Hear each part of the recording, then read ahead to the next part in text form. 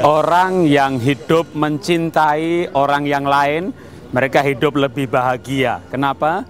Karena orang yang mencintai pribadi yang lain, dia berpikir bagaimana membahagiakan yang dicintai, memperhatikan, membuatnya tersenyum siapa yang dicintai. Tapi orang-orang yang ingin dicintai, orang-orang yang kecewa bahkan, yang dia ingin kenapa sih nggak ada yang mencintai saya, nggak ada yang memperhatikan saya, nggak ada yang membahagiakan saya, maka bukan hanya hidup tidak bahagia, tapi mati lebih cepat dan sering sakit, kesehatan tidak prima. Kenapa? Karena orang-orang yang hidup untuk dirinya sendiri dan berpikir bagaimana orang lain memperhatikan dan menyenangkan dia, menjadi pusat perhatian, ingin diperhatikan, maka membuat dia hidup bagi dirinya sendiri. Tapi orang yang mulai mencintai orang lain, bahkan hanya satu orang saja, dia mencintai orang lain, maka dia bahagia. Terlebih lagi betapa bahagianya orang yang mencintai sesamanya. Dia mencintai banyak orang, dia mengasihi banyak orang, dia memikirkan bagaimana orang-orang lain itu bisa mendapat kasih sayang dan perhatian, maka akan hidup sangat bahagia. Orang yang sedang jatuh cinta bisa terlihat dari mukanya yang berseri-seri, matanya bening, berbinar-binar. Bahkan ketika orang jatuh cinta, mencintai dan dicintai, maka dia berubah ke arah yang baik. Banyak anak-anak muda misalnya yang orang tuanya kesulitan menyuruhnya mandi. Tapi ketika dia jatuh cinta, wow, sehari bisa mandi 2-3 kali. Lalu seminggu keramas 3 kali, kerimbat 2 kali. Dia berubah ke arah yang positif. Kenapa? Karena dia bahagia. Kenapa bahagia? Karena dia menemukan pribadi yang mencintai ataupun dia dicintai. Tetapi apa yang terjadi ketika dia putus cinta? Kembali, tidak mandi lagi. Artinya orang-orang yang bahagia berubah ke arah positif. Tapi orang yang tidak bahagia berubah ke arah negatif.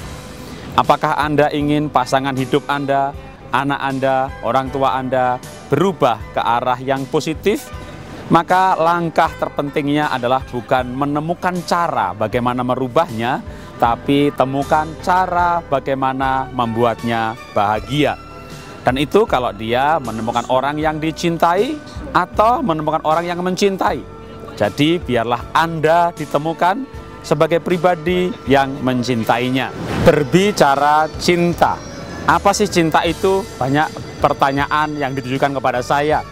Saya memberikan penjelasan sederhana mengenai cinta. Bagi saya, cinta itu memberi. Contohnya ketika orang tua punya anak yang pertama kali. Wow, cintanya luar biasa. Si anak belum mengerti mobil-mobilan, bahkan mungkin belum mengerti bentuk atau bunyi. Wah, diberikan mainan yang bisa dipencet menyanyi, diberikan boneka. Anaknya masih bayi, belum bisa berbicara, bahkan tidak meminta. Tapi orang tuanya memberikan kepada anaknya sekalipun ia tidak memintanya. Kenapa? Karena orang tuanya begitu mencintai bayi yang dilahirkan ini. Tapi ketika anak mulai besar dan menjengkelkan, bikin orang tua kesel dan kecewa, sekalipun meminta, kadang tidak diberi. Ya, kenapa? Ya bisa banyak hal, tapi bisa juga karena tidak mencintainya seperti cinta mula-mula. Ketika orang berpacaran, maka orang memberikan tawaran pertolongan. Mau diantar ke sana, diantar kemari. Kenapa? Memberikan tawaran pertolongan karena cinta. Tapi setelah menikah, wah, ketika dengan lemah lembut minta pertolongan saja, maka dia seperti merasa disuruh-suruh. Ya, kenapa? Karena cintanya yang sudah mulai berkurang. Karena itu sebenarnya kalau kita bisa memahami arti sederhana dari cinta, bahwa cinta itu memberi. Dan mari kita wujudkan cinta kita dengan memberi kepada siapa Anda ingin dia merasakan cinta Anda. Kalau dalam keluarga kita membangun pengertian bahwa cinta itu memberi, maka saya percaya keluarga saya, keluarga Anda akan menjadi keluarga yang kuat. Itulah inspirasi yang saya sampaikan di tepi sungai Thames atau Thames River di London. Salam dahsyat, luar biasa.